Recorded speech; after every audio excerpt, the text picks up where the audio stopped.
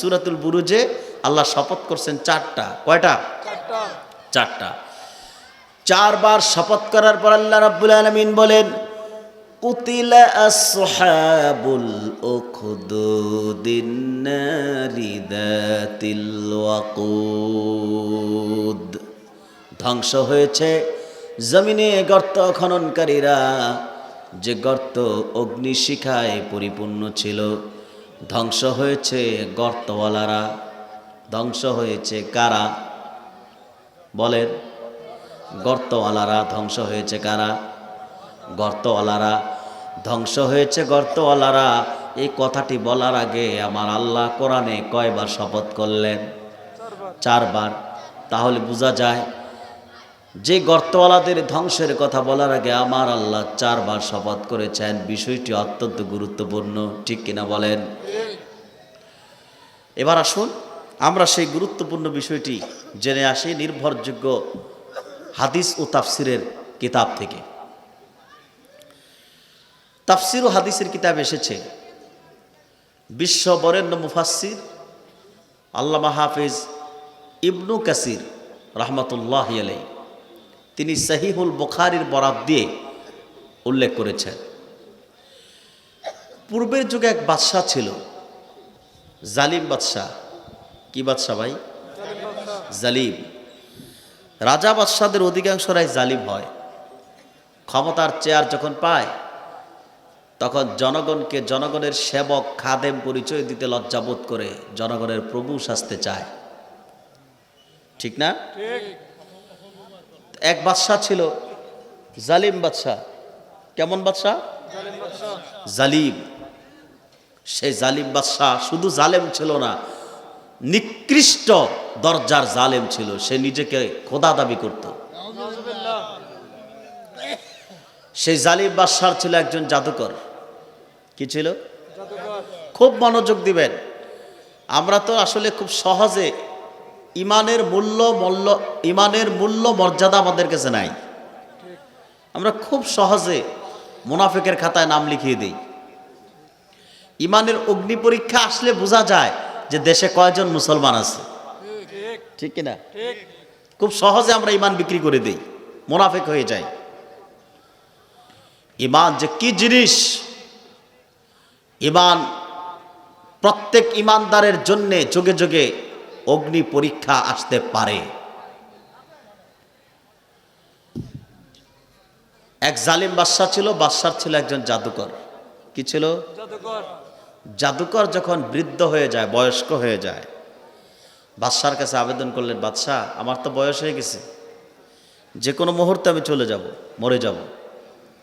আপনি যদি একজন বালককে আমার কাছে নিযুক্ত করতেন, আমি তাকে জাদুবিদ্যা শিখিয়ে যেতে চাই, যেন সে আমার মৃত্যুর পর আমার স্থলাভিষিক্ত হয়ে আপনার রাজদরবারের পক্ষে কাজ করতে পারে। বাদশাহ চিন্তা করলেন, প্রস্তাবটা তো খারাপ না, খুবই সুন্দর, আমার পক্ষে। তখন একজন বালককে নিযুক্ত করলেন জাদুবিদ্যা শিখতে। রাজদরবার থেকে একজন বালক নিযুক্ত করা হলো। সে প্রতিদিন বাদশার জাদুকরের কাছে যাবে, জাদুবিদ্যা শিখে চলে আসবে। বালকটি জাদুবিদ্যা শিখতে যেতে শুরু করলেন জাদুকরের কাছে। জাদুকরের কাছে যে পথ দিয়ে বালক যেতেন জাদুবিদ্যা শিখতে, সেই পথিমধ্যেই একজন খ্রিস্টান সন্ন্যাসী বসবাস করত। খ্রিস্টান পাদ্রীর আস্তানা ছিল। সেই খ্রিস্টান পাদ্রী ছিল আল্লাহতে বিশ্বাসী, মুমিন ছিল। কি ছিল? হযরত ঈসা আলাইহিস সালামের ধর্মে বিশ্বাসী ছিল। তো সে পাদ্রী বালককে বোঝাতে থাকেন, বালক তুমি যে বাদশার দাসত্ব করো, গোলামি করো, এই বাদশা তো আসল রব না, আসল খোদা না। এটা তো আসলে খোদা নামের বেহুদা। আর তুমি যে বাদশার দাসত্ব করো, এটা আসল রবও না, আসল খোদাও না, এটা খোদা নামের বেহুদা। আসল রব হলেন আল্লাহ। আসল রবকে আল্লাহ। এভাবে প্রতিদিন দাওয়াত দিতে থাকেন বালকটিকে, পাদ্রী। একদিন দেখা গেল বালক পাদ্রীর দাওয়াত গ্রহণ করলেন, জালিম বাদশার আনুগত্য প্রত্যাখ্যান করলেন, বর্জন করলেন, আল্লাহ সুবহানাহু ওয়া তাআলাকে রব হিসেবে বিশ্বাস করে নিলেন। সুবহানাল্লাহ। বালকটি মুমিন হয়ে গেল। কি হয়ে গেল? ঈমানদার হয়ে গেল। বালকটি যখন ঈমান আনলেন, তখন বালকের মনে প্রশ্ন জাগলো যে জাদুকর বলে তার দাওয়াত সত্য, পাদ্রীও বলে তার দাওয়াত সত্য, আসলে কে আছেন সত্যের উপর, কার দাওয়াত সত্য আমি বুঝবো কেমন করে? তাফসীরের কিতাব সাক্ষী, ঈমানদার বালকটি একদিন জাদুবিদ্যা শিখতে প্রতিদিন যেভাবে যান জাদুকরের আস্তানায়, জাদুবিদ্যা শিখার জন্য জাদুকরের আস্তানায় রওনা হলেন। কিছুক্ষণ পথ অতিক্রম করার পর দেখতে পেলেন শত শত মানুষ দাঁড়িয়ে আছেন। মানুষের চলাচলের পথে, মানুষের সড়ক অবরোধ করে একটি সিংহ দাঁড়িয়ে আছে, একটি ভয়ঙ্কর জন্তু দাঁড়িয়ে আছে। মানুষের চলাচলের পথ অবরোধ করে রেখেছে, বন্ধ করে রেখেছে। অর্থাৎ মানুষ যে রাস্তা দিয়ে চলে সেই রাস্তায় দাঁড়িয়ে আছে কি? ঐতিহাসিকদের কেউ কেউ বলেছেন ভয়ঙ্কর প্রাণী, কেউ বলেছেন বাঘ, অধিক সংখ্যক ইতিহাসবিদ বলেছেন সেটি ছিল সিংহ। কি ছিল? সিংহ। তো আমরা যে কোনো একটা বলতে পারি, ভয়ঙ্কর জন্তু সিংহ। সিংহ মানুষের চলাচলের রাস্তায় দাঁড়ায় আছে। মানুষ কি যাবে না পিছনে দৌড়াবে? ভয় তো কেউ যেতে পারছে না। আমরা হলেও কি যাইতাম? যদি আপনি দেখেন আপনি যে রাস্তা দিয়ে চলাচল করছেন সেই রাস্তায় সিংহ দাঁড়ায় আছে, আপনি কি পিছনে যাবেন না সামনে দৌড়াবেন? আর যার হাড় দুর্বল, হাড়, তিনি তো এমন দৌড় দিবে, ডানে গেছে না বামে গেছে, লুঙ্গি পরনে আছে না মাথায় উঠছে, সে খবরও থাকবে না। ঠিক কিনা? শত শত মানুষ দাঁড়িয়ে আছে, রাস্তা পারাপার করতে পারছে না। এটি একটি সমস্যা কিনা বলে? যুবকটি যখন, ঈমানদার বালক যখন দেখলেন শত শত মানুষের চলাচলের পথ বন্ধ করে দাঁড়িয়ে আছে সিংহ, মানুষের চলাচলের পথ বন্ধ, যুবকটি সিদ্ধান্ত নিলেন আজকেই আমার পরীক্ষা করার সময়, কার দাওয়াত সত্য প্রমাণ হবে আজকে। সুবহানাল্লাহ বলে। জাদুকরের দাওয়াত সত্য না পাদ্রীর দাওয়াত সত্য? ঈমানদার বালকটি একটি পাথরের টুকরা হাতে নিলেন আর বললেন আল্লাহুম্মা ইন কানা আমরুর রাহিব আহাব্বু ইলাইকা মিন আমরিস সাহির ফাকতুল হাদিহি দাব্বা হাত্তা ইয়ামদিয়ান নাস। বালকটি পাথরের টুকরা হাতে নিয়ে বললেন, হে আল্লাহ, যদি জাদুকরের দাওয়াতের চাইতে পাদ্রীর দাওয়াত তোমার কাছে সত্য মনে হয়, আসল মনে হয়, তাহলে আমার পাথরের টুকরার আঘাতে এই মুহূর্তে ভয়ঙ্কর জন্তু সিংহটিকে মেরে ফেল, শত শত মানুষের চলাচলের পথ খুলে দাও। এই কথা বলে যখন ঈমানদার বালকটি পাথরের টুকরা দ্বারা আঘাত করলেন, নিক্ষেপ করলেন, পাথর ছোড়ার সঙ্গে সঙ্গে ভয়ঙ্কর জন্তু সিংহটি মারা গেল। সিংহটি যখন মারা গেল, শত শত মানুষ অবাক চিত্তে বালকের দিক তাকায় রইল। আমরা ঘন্টার পর ঘন্টা দাঁড়িয়ে আছি, সম্মিলিতভাবেও কেউ সাহস করলাম না। আর ঈমানদার বালক তার কোন মালিকের কাছে যেন প্রার্থনা করলেন, পাথরের টুকরা দিয়ে আঘাত করার সাথে সাথেই ভয়ঙ্কর জন্তুটি মারা গেল। এই আশ্চর্য ঘটনা, ঈমানদার বালকের সুনাম সুখ্যাতি সারা দেশব্যাপী ছড়ায় যায়। সারা দেশে বালকের সুনাম ছড়ায় গেল অলৌকিক ঘটনার মাধ্যমে। এই বালকের মাধ্যমে শুধু এই একটি না, আরও কিছু অলৌকিক ঘটনা ঘটতে লাগলো। যেমন কোনো কুষ্ঠরোগী যদি বালকের কাছে আসতো, বালক দোয়া করলেই সুস্থ হয়ে যেত। আরেকটু আসতে বলেন সুবহানাল্লাহ। কোন দুই চোখে অন্ধ ব্যক্তি যদি তার কাছে আসতো, ঈমানদার বালক দোয়া করলেই চোখের আলো ভালো হয়ে যেত, চোখের আলো ফিরে পেত। এইভাবে যখন অলৌকিক ঘটনা ঘটতে থাকে, সারা দেশে বালকের সুনাম সুখ্যাতি ছড়ায় যায়। বালককে যে ঈমানের পথে দাওয়াত দিয়েছে পাদ্রী, কে? পাদ্রীর কানে খবর গেল বালকের মাধ্যমে এইরকম অলৌকিক ঘটনা ঘটতেছে, কুষ্ঠরোগ ভালো হয়, অন্ধত্ব দূর হয়। পাদ্রী তখন বুঝতে পারলেন তার শাগরেদ যাচ্ছে কোন পথে। এবার পাদ্রী বালককে নিজের কাছে আহ্বান করলেন। বালকটি যখন পাদ্রীর কাছে গেলেন, বালককে উদ্দেশ্য করে পাদ্রী বললেন, ইয়া বুনাইয়া আনতা আফদালু মিন্নি ওয়া ইন্নাকা সাতুবতালি ফা ইন ইবতালাইতা ফালা তাদুল্লু আলাইয়া। হে সন্তান, শোনো, আমি দেখতে পাচ্ছি মর্যাদা ও সম্মানের দিক থেকে তুমি উচ্চ আসনে সমাসীন হতে যাচ্ছ। সারা দেশব্যাপী তোমার সুনাম সুখ্যাতি ছড়ায় যাচ্ছে। তবে মনে রেখো, অতি সত্বর তুমি সত্যের পরীক্ষায় সম্মুখীন হয়ে যাবে। যদি তুমি পরীক্ষার সম্মুখীন হও, আমি যে তোমাকে ঈমানের দাওয়াত দিয়েছি, আমার কথা কাউকে বলে দিও না। তুমি পরীক্ষার সম্মুখীন হবে। কিসের সম্মুখীন? আর একটু বাড়ানো যায় না? গলা যেন না টানে, গলা যেন না টানে। ও আচ্ছা আচ্ছা, কিন্তু গলা যেন না টানে। সম্মানিত ভাইরা, পাদ্রী কি বললেন?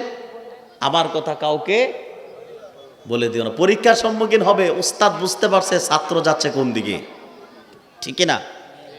উস্তাদ বুঝতে পেরেছে, সেজন্যেই অগ্রিম বলে দিলেন, তুমি পরীক্ষার সম্মুখীন হলে আমার কথা বলে দিও না। দেখা গেল যে বাদশাহ ছিল জালিম বাদশাহ, ওই বাদশার এক উজির ছিল রাজদরবারে, মন্ত্রী। সে ছিল দুই চোখে অন্ধ। কি ছিল? অন্ধ। মন্ত্রী যখন শুনল অমুক জায়গায় এক বালক আছে, তার কাছে গেলে চোখের আলো ফিরে পাওয়া যায়, মন্ত্রী সাহেবের তার হুঁশ নাই। হাদিয়া তোহফা উপঢৌকনাদি নিয়া বালকের কাছে হাজির। বালক জিজ্ঞেস করলেন, হে মন্ত্রী মহোদয়, কেন এসেছেন আপনি আমার কাছে? মন্ত্রী জবাব দিলেন, শুনেছি তোমার কাছে কুষ্ঠরোগ ভালো হয়, তুমি নাকি মানুষের চোখের অন্ধত্ব দূর করো, অন্ধ ব্যক্তিকে সুস্থ করো। আমি তো দুই চোখে অন্ধ, সুস্থ হওয়ার জন্য, চোখের আলো ফিরে পাওয়ার জন্য তোমার কদমে এসেছি। ইমানদার বালক কি জবাব দিয়েছে মুসলমান হৃদয়ের কান দিয়া শুনুন। ইমানদার বালকটি বললেন, হে মন্ত্রী মহোদয়, মা আনা আশফি আহাদান ইন্নামা ইয়াশফিল্লাহ। আমি কাউকে ভালো করি না, আমি কাউকে সুস্থ করি না। যিনি ভালো করেন, যিনি সুস্থ করেন, তিনি হলেন আমার আল্লাহ। ইকু বন্ধ করে দাও, ইকু থাকবে না। আমি কাউকে ভালো করি, জোরে বলেন। সুস্থ করি, সুস্থ করেন কে? আল্লাহ। আর আমরা কিছু করতে পারলে আমি করেছি, ঠিক না? কিছু করতে পারলেই আমাদের ডাক্তার সাহেবগণ দু চারটা অপারেশন সাকসেস হলে, আমি এতটা অপারেশন করেছি, সাকসেস হয়েছে। আমি 10টা অপারেশন করেছি, এ মাসে আমি 50টা অপারেশন করেছি। কিন্তু অপারেশন সাকসেস যারা মানব সেবার উদ্দেশ্যে ডাক্তারি করেন, তারা তাদের অপারেশন সাকসেস হয় আল্লাহর রহমতে, ঠিক কিনা বলেন? আমাদের তো কিছুই করার ক্ষমতা নাই, করেন কে? বালকটি কথা এভাবে বলতে পারতেন, এভাবে বলতে পারতেন যে আমি, আমার দোয়ায় সুস্থ হয়, আমার দোয়ায় ভালো হয়। কথাটি এভাবে বলতে পারতেন। এভাবে বললে শিরক হতো না, কারণ দোয়া তো আল্লাহর কাছেই করা হয়, ঠিক না? কিন্তু বালক বললেন কি, আমি কাউকে ভালো করি না, সুস্থ করি না, যিনি সুস্থ করেন তিনি কে? আল্লাহ। আর আমরা কিছু করতে পারলে আমি করেছি। আমাদের দেশে এক মহিলা ছিল, উনি গর্ব করে বলতো, আমি দেশের 16 কোটি মানুষকে খাওয়াই। বলতো না? 16 কোটি মানুষকে নাকি খাওয়ায়। কিন্তু অহংকারের সীমা অতিক্রম করলে পরিণতি যে কি হয় তা তো দেশের মানুষ দেখলো। যিনি 16 কোটি মানুষকে খাওয়ানোর দাবি করলো, তিনি 5ই আগস্টে নিজের গণভবনের রান্না করা খাবার রেখে না খেয়ে যেতে বাধ্য হলো, ঠিক কিনা? সেজন্য ভবিষ্যতে যারা এদেশের নীতি নির্ধারক হবে, বাংলাদেশ পরিচালনায় রাষ্ট্রের আসলে যারা বসবে, তাদেরকে এই শিক্ষা থেকে এই ইতিহাস থেকে শিক্ষা গ্রহণ করতে হবে। ক্ষমতায় গেলে জনগণের উপর অত্যাচার করা যাবে না, জনগণের বন্ধু না হয়ে, সেবক না হয়ে প্রভু হওয়া যাবে না, ঠিক কিনা? অহংকার করা যাবে না। যারাই যাবে ভবিষ্যতে ক্ষমতায়, তাদেরকে স্মরণ রাখতে হবে আমরা জনগণের খাদেম, আমরা জনগণের খাদেম। দেশের জনগণ আমাদের কাছে আমানত, দেশের সম্পদ, টাকা পয়সা, এই সব কিছু হচ্ছে আমানত। কিন্তু আমার দেশে যারাই বিগত দিনে রাষ্ট্র চালিয়েছে, চুরি করেছে, ডাকাতি করেছে, এ দেশের সম্পদ চুরি করে বিদেশে পাচার করেছে, ঠিক কিনা? আমার দেশের হাজার হাজার কোটি কোটি টাকা তারা বিদেশে পাচার করেছে। সম্মানিত ভাইয়েরা, তাহলে বেশি অহংকার ভালো? জোরে বলেন, বেশি অহংকার ভালো না। প্রিয় ভাইয়েরা আমার, তাহলে বালক বললেন, মা নাশফি আহাদান ইন্নামা ইয়াশফিল্লাহ, আমি কাউকে ভালো করি না, সুস্থ করি না, যিনি ভালো করেন, সুস্থ করেন, তিনি হলেন আল্লাহ। এবার বালক মন্ত্রীকে বললেন, মন্ত্রী আপনিও সুস্থ হয়ে যাবেন, ভালো হয়ে যাবেন, চোখ ফিরে পাবেন, তবে একটা শর্ত যদি মানতে পারেন। একটা শর্ত? মন্ত্রী বললেন, কি শর্ত? বালক বললেন, ফাইন আনতা আমানতা বিল্লাহ দাওয়াতুল্লাহি ফাশাফাত। হে মন্ত্রী, আপনিও সুস্থ হবেন, ভালো হবেন, তবে শর্ত একটা, যদি এই মুহূর্তে আপনি জালিম বাদশার আনুগত্য বর্জন করে আমার রব আল্লাহর প্রতি ঈমান আনেন, আমি আমার আল্লাহর কাছে আপনার জন্য দোয়া করব, আমার আল্লাহ আপনার চোখ ফিরিয়ে দিবে। মন্ত্রী সাহেব চিন্তা করছে, আমার যেহেতু 2 চোখ নাই, ক্ষমতা, সাম্রাজ্যের ক্ষমতা থেকেও তো নাই, ঠিক না? যার 2 চোখ নাই, তার 10টা বাড়ি থাকলে লাভ আছে? দেখতে পায়? এই চোখ বড় নেয়ামত, ঠিক কিনা বলেন? চোখ আছে বলেই তো আপনি আজকে হেঁটে হেঁটে মাহফিলে চলে এসেছেন। চোখ নাই যার, তিনি কি আসতে পেরেছে? আসলেও তার অন্যের প্রতি মুখাপেক্ষী হয়ে আসতে হবে, আরেকজন ধরে, 2 জন ধরে নিয়ে আসতে হবে, ঠিক কিনা? চোখ বড় দামি জিনিস, হাত পা বড় দামি জিনিস। পা আছে বলে হেঁটে হেঁটে চলে এসেছেন, ঠিক কিনা? তাহলে এই চোখ কার দান? হাত কার দান? পা দিয়েছেন কে? শুকরিয়া আদায় দরকার আছে না নাই? শুকরিয়া করো মানুষ, শুকরিয়া করো আল্লাহর, শুকরিয়া করো মানুষ, শুকরিয়া করো আল্লাহর। হাত দিল যে, পা দিল যে, চক্ষু দিল যে তোমার, হাত দিল যে, পা দিল যে, চক্ষু দিল যে তোমার। হাত না থাকলে যায় না ধরা, পা না থাকলে যায় না চলা, হাত না থাকলে যায় না ধরা, পা না থাকলে যায় না চলা, চক্ষুবিহীন নেই ক্ষমতা কিছুই দেখার। হাত দিল যে, পা দিল যে, চক্ষু দিল যে তোমার, হাত দিল যে, পা দিল যে, চক্ষু দিল যে তোমার। শুকরিয়া করো মানুষ, শুকরিয়া করো আল্লাহর, শুকরিয়া করো মানুষ, শুকরিয়া করো আল্লাহর।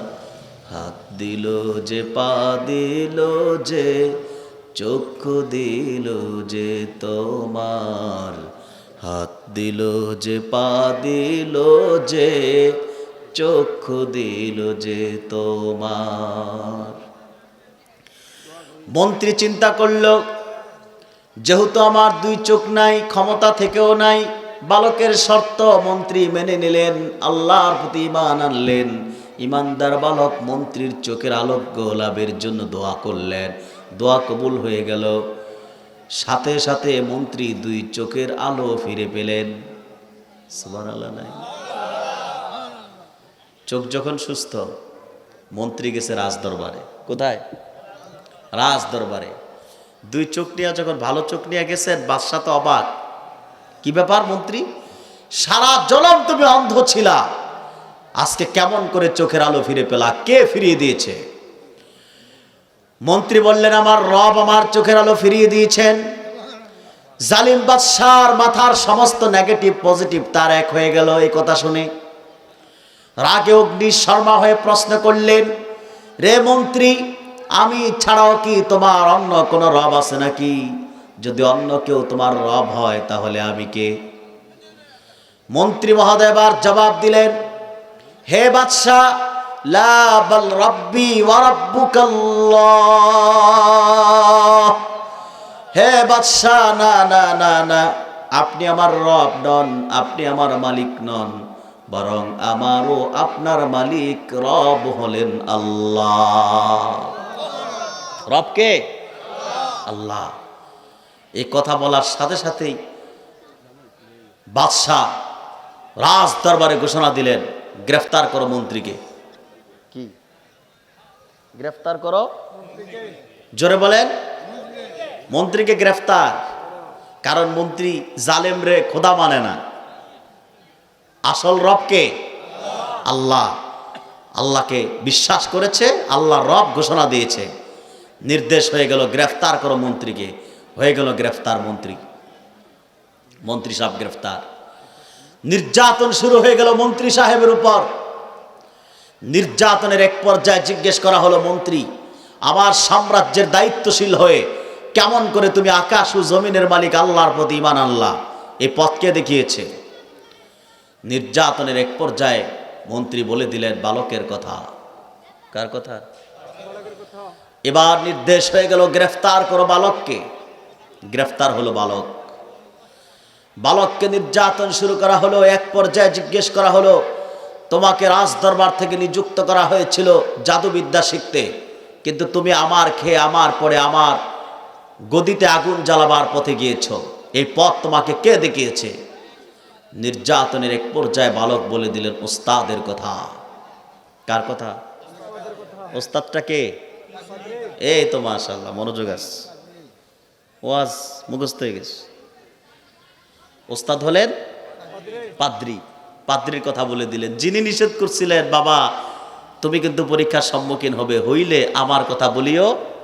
নিষেধ করছিলেন কিনা? এখন নির্যাতনের এক পর্যায়ে বালক বলে দিলেন পাদ্রীর কথা। রাজ দরবার থেকে নির্দেশ, গ্রেফতার করো পাদ্রীকে। অর্থাৎ গ্রেফতার বাণিজ্য শুরু হয়ে গেছে। গ্রেফতার হয়ে গেল পাদ্রী। জালেম বাদশাহ পাদ্রী এবং মন্ত্রীকে রাজ দরবারে হাজারো জনতার সামনে জীবন্ত করাত দিয়ে জবাই করে হত্যা করল। মন্ত্রী এবং পাদ্রী দুইজনকে জীবন্ত করাত দিয়ে জবাই করে হত্যা করলো। আর আছে কয়জন? কে? বালক। এবার বালকের পালা। জালিম বাদশাহ বালককে প্রশ্ন করলেন, বালক তুমি তো দেখলা তোমার শাগরেদ এবং তোমার ওস্তাদ তাদের কি অবস্থা হয়েছে, তুমি কি তাদের পথে যাবে নাকি ফিরে আসবে? ইমানদার বালকটি জবাব দিয়েছেন, শুনুন বাদশাহ, এতদিন আমি চোখের সামনে পর্দার আবরণের কারণে মহাসত্যকে দেখতে পাই নাই, সত্য খুঁজে পাই নাই, সত্য স্রষ্টাকেও খুঁজে পাই নাই। এখন আমার চোখের পর্দা সরে গিয়েছে, বিবেকের দরজা খুলে গেছে।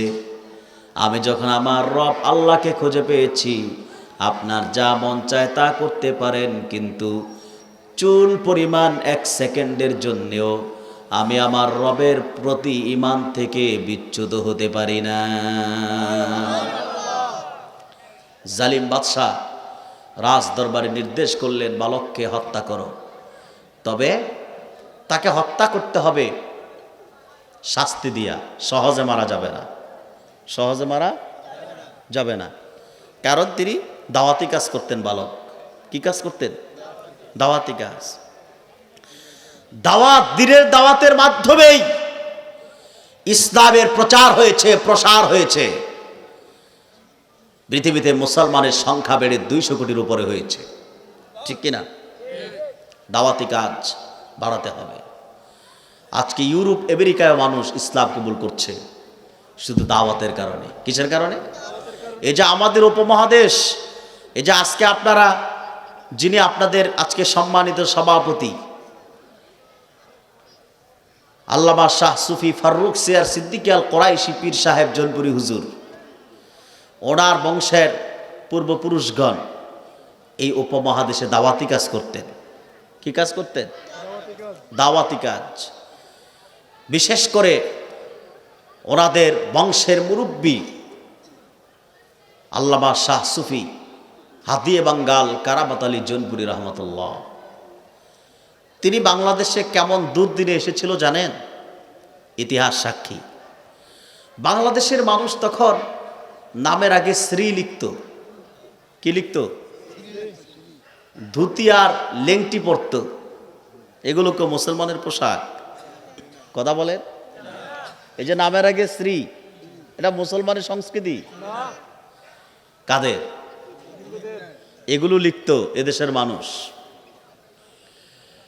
শিরক আর কুফর হিন্দুয়ানি সংস্কৃতিতে যখন আমার বাংলা, আসাম, বিহারের মানুষ নিমজ্জিত ছিল, হাবুডুবু খাচ্ছিল, ঠিক তখন ভারতের উত্তরপ্রদেশ জৌনপুরের মোল্লাটোলা হতে ইসলামের ঝান্ডা, দাওয়াতি ঝান্ডা হাতে ধারণ করে বাংলাদেশে বঙ্গোপসাগরের উত্তাল ঢেউ পাড়ি দিয়ে বজ্রা নিয়ে কলকাতা হয়ে বাংলাদেশে প্রবেশ করেছিলেন একজন মহান সাধক, একজন বিপ্লবী, একজন সংস্কারক, হাদিয়ে বাঙ্গাল শাহ কারামত আলী জৌনপুরি। তিনি বাংলাদেশে প্রবেশ করে বাংলার দিক দিগন্তে এক প্রান্ত থেকে আরেক প্রান্তে, গ্রামে গঞ্জে, শহরে নগরে বন্দরে শাহ কারামত আলী জৌনপুরি দাওয়াতের ঝান্ডা নিয়ে ছুটলেন। মানুষকে দ্বীনের পথে দাওয়াতি কাজ করলেন। ইতিহাস সাক্ষী, শাহ কারামত আলী জৌনপুরি রহমতুল্লাহর দাওয়াতে, শাহ কারামত আলী জৌনপুরি রহমতুল্লাহর মেহনতে একজন নয়, দুইজন নয়, 50 বছরের দাওয়াতে প্রায় 2 কোটি লোক ওনার কাছে ইসলাম কবুল করে মুসলমান হয়েছে। এদেশের মানুষের নামের আগের শ্রী তিনি মুছে দিয়েছেন।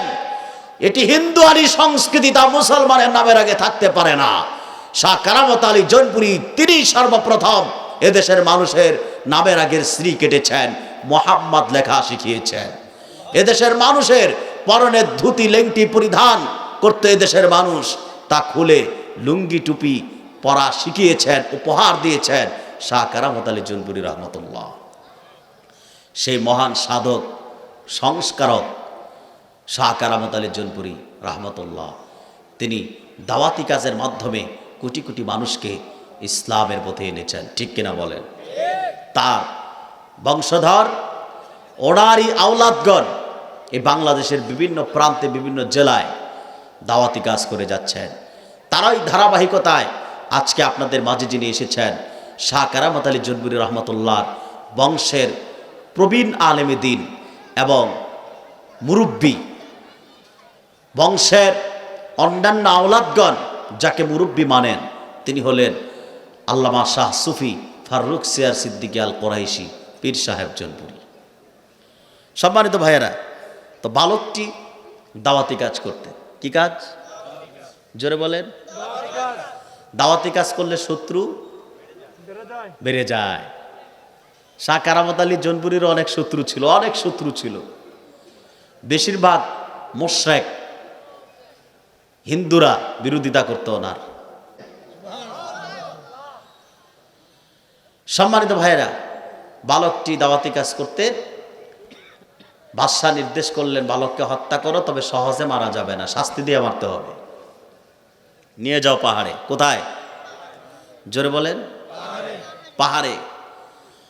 বাদশার লোক যখন তাকে পাহাড়ে নিলেন, বালকটি পাহাড়ের উপর দাঁড়ায় আল্লাহর কাছে প্রার্থনা করলেন, আল্লাহুম্মা কফিনিহিম বিমা শি'তা মালিক। আল্লাহ তাআলা, তোমার প্রতি ঈমান আনয়নের কারণে জালিম বাদশার লোকগুলো আমাকে হত্যা করার জন্য পাহাড়ে নিয়ে এসেছে। জালিম বাদশার লোকদের হাত থেকে আমাকে বাঁচাও যেভাবে তুমি চাও। বালকের প্রার্থনা কবুল হয়ে গেল। মুহূর্তের মধ্যেই পাহাড়ে প্রকম্পন শুরু হয়ে গেল। জালিম বাদশার লোকগুলো সব মারা গেল। ইমানদার বালক হেঁটে হেঁটে বাদশার সামনে হাজির হয়ে গেল। রাখে আল্লাহ। জোরে বলেন, রাখে আল্লাহ। অবাক হয়ে বাদশাহ জিজ্ঞেস করলেন, বালকরে পাহাড়ে নিয়ে গেল আমার লোকজন, তুমি কি মরো নাই? বালক জবাব দিলেন, আমি মরি নাই। বাদশাহ বলেন, আমার লোকগুলো কোথায়? আপনার সব লোক মারা গেছে, তুমি কিভাবে আসলা? জবাব, আমার রব যেভাবে চেয়েছে সেভাবেই চলে এসেছি। এবার জালিম বাদশাহ তার রাজ দরবারে আরেক দলকে বললেন, তোমরা তাকে এবার নিয়ে যাও নদীর মাঝখানে। কোথায়? পানিতে ডুবিয়ে চুবিয়ে তারে হত্যা করো। নিয়ে গেলেন নৌকায় করে নদীর মাঝখানে। বালক তো আবার সেই দোয়া করলেন, দেখা গেল দোয়া আবার কবুল। মুহূর্তের মধ্যে নদীর মাঝখানে ঝড় তুফান শুরু হয়ে গেল। জালেমের নৌকাও ডুবে গেল, মাঝিরাও ডুবে গেল, সমস্ত লোক মারা গেল। ইমানদার বালক হেঁটে হেঁটে আবার বাদশার সামনে হাজির হয়ে গেল। বাদশা জিজ্ঞেস করে, তুমি মরো নাই? না, আমি মরি নাই। আমার লোকগুলো কোথায়? তারা সব মারা গেছে, তুমি আসলা কিভাবে? আমার রব যেভাবে চেয়েছে সেভাবে এসেছি। বলুন সুবহানাল্লাহ। এবার ইমানদার বালক বাদশাকে বললেন, বাদশাহ আপনি আমাকে পাহাড়ে নেন কিংবা আটলান্টিক মহাসাগরের মাঝখানে নিতে পারেন, কিন্তু আপনি আমাকে মারতে পারবেন না। আপনি আমাকে মারতে ততক্ষণ আপনি আমাকে মারতে পারবেন না যতক্ষণ আপনি আমার পরামর্শ গ্রহণ না করেন। বাদশা বললেন, তোমার পরামর্শ কি? বালকটি বললেন, পরামর্শটা দিব বাদশা, তার আগে একটা শর্ত আছে। কি আছে? পরামর্শ দেওয়ার আগে শর্ত আছে। বাদশা বললেন, কি শর্ত? বালকটি বললেন, আপনার দেশের সমস্ত মানুষকে একটি ময়দানে আপনি জমায়েত করতে হবে। দেশের সমস্ত মানুষ একটি ময়দানে জমায়েত করতে হবে, সমস্ত মানুষকে একত্রিত করতে হবে। এই তো মতলবের ভাষা, একত্রিত এক জায়গায় আনতে হবে নাকি? সমস্ত মানুষ যখন একটি ময়দানে একত্রিত হবে, জমায়েত হবে, সমবেত হবে, তখন সবাইকে সাক্ষী রেখে আমি আপনাকে পরামর্শটা দিব। জালিম বাদশা রাজ দরবারে নির্দেশ করলেন, ঘোষণা হয়ে গেল, দেশের সমস্ত মানুষ একটি ময়দানে জমায়েত হয়ে গেল। এলাকার সমস্ত নারী পুরুষ যখন একটি ময়দানে একত্রিত হলো, এবার ইমানদার বালক জালিম বাদশার হাতে একটি তীর তুলে দিলেন। কি তুলে দিলেন ভাই? তীর, বিষাক্ত তীর। তীর তুলে দিয়ে বললেন, বাদশা পাহাড়ে নিয়েছেন, মারতে পারেন নাই, নদীতে নিয়েছেন, মারতে পারেন নাই, এবার আমার শেখানো ভাষা প্রয়োগ করে আপনি তীর দিয়ে চেষ্টা করুন, আমাকে মারতে পারবেন। বালক শিখাই দিলেন, বাদশা তীর ছোড়ার আগে আপনি পড়ে নিবেন বিসমিল্লাহি রাব্বিল গোলাম।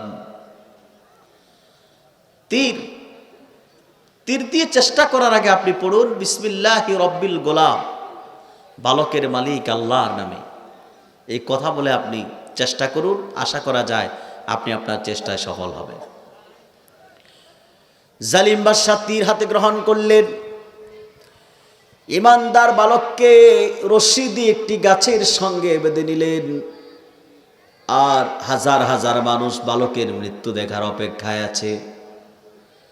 জালিম বাদশা বালকের শিখানো ভাষা উচ্চারণ করলেন, বিসমিল্লাহির রব্বিল গোলাম। বিসমিল্লাহির রব্বিল গোলাম বলে তীর যখন ছুড়ল, ইমানদার বালকের সিনায় এসে তীরখানা নির্ভুল নিশানায় সিনায় এসে বিদ্ধ হয়ে গেল।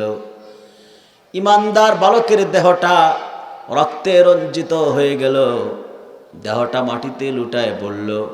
ইমানদার বালক তীরের আঘাতে শাহাদাত বরণ করল।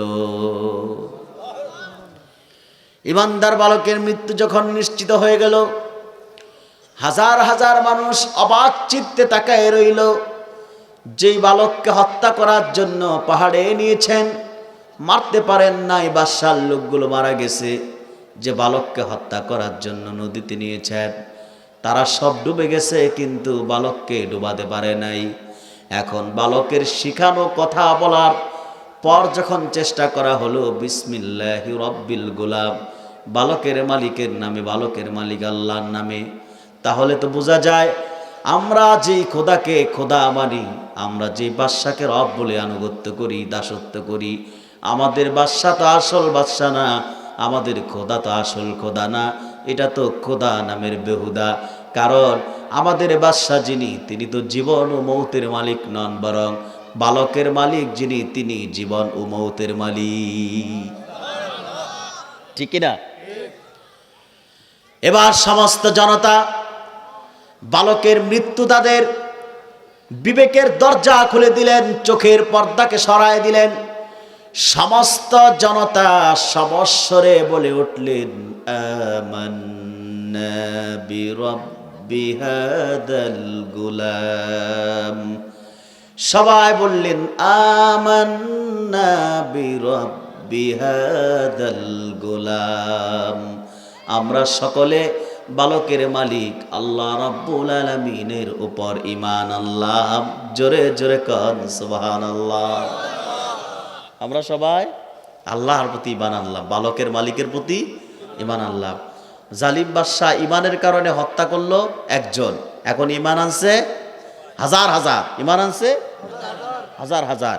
যারা সত্যিকার দ্বীনের দাঈ ইলাল্লাহ, তারা নিজেদের জীবনকে প্রয়োজনে উৎসর্গ করে আল্লাহর পথে, তাদের মাধ্যমে যেন হাজারো মানুষ দ্বীনের পথ খুঁজে পায়। ঠিক কিনা বলেন?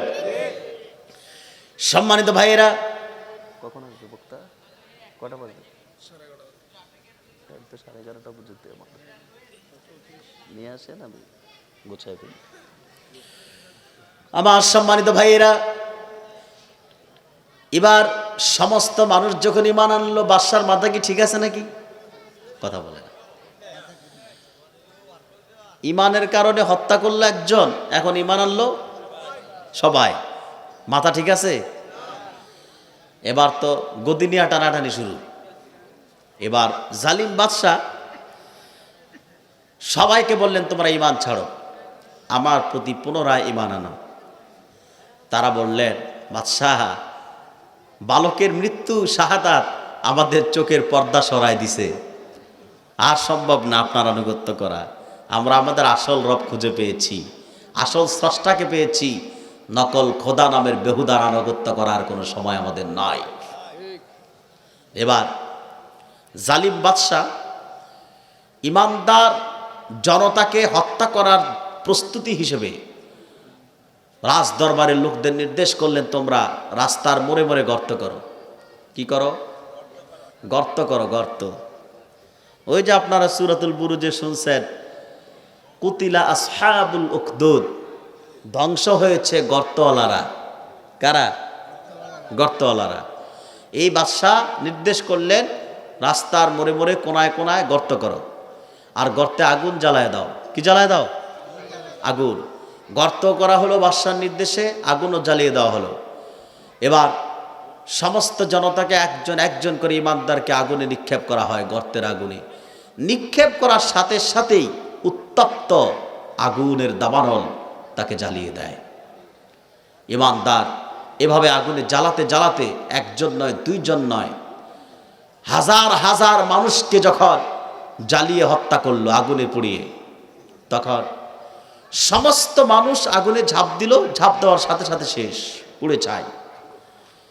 সমস্ত মানুষগুলো যখন আগুনে ঝাঁপ দিয়ে মারা গেল, একজন মাত্র মহিলা বাকি আছে। কয়জন? একজন মহিলা, তার কোলে একটি শিশু বাচ্চা, দুধের শিশু।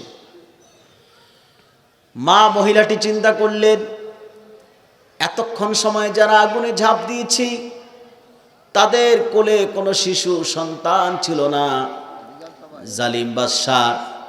জালিম বাদশার দৃষ্টিতে আল্লাহর প্রতি ঈমান আনার কারণে আমি হয়তো অপরাধী, কিন্তু আমার কোলের ফুলের চেয়েও পবিত্র শিশুটা তো কোনো অপরাধ করে নাই।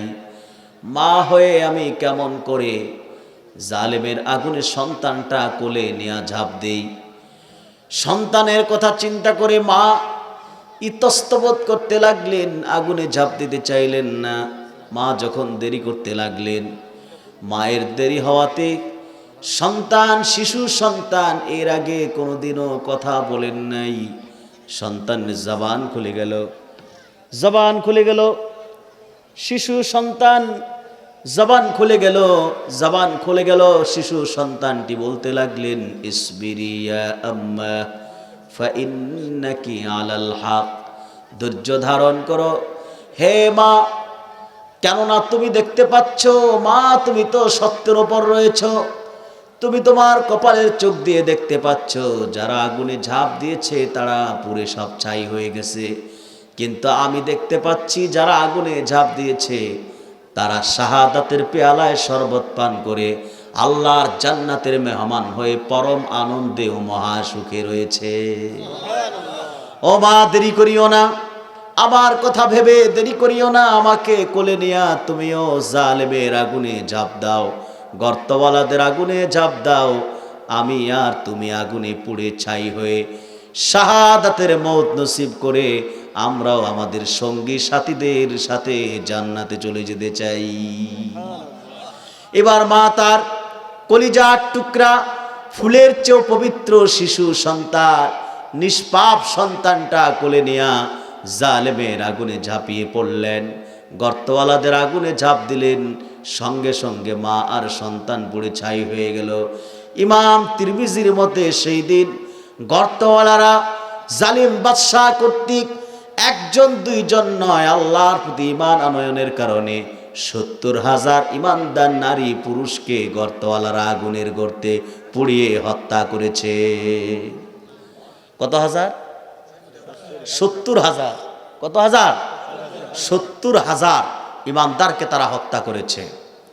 সেই গর্তওয়ালাদের ধ্বংসের কথা বলার আগে আল্লাহ রাব্বুল আলামিন ধারাবাহিক সূরাতুল বুরুজের ৩টি আয়াতেই শপথ করেছেন, ওয়াস-সামাই যাতিল বুরুজি ওয়াল ইয়াউমিল মাউউদ ওয়া শাহিদিন ওয়া মাশহুদ কুতিলা আসহাবুল উখদুদিন নারি যাতিল ওয়াকুদ।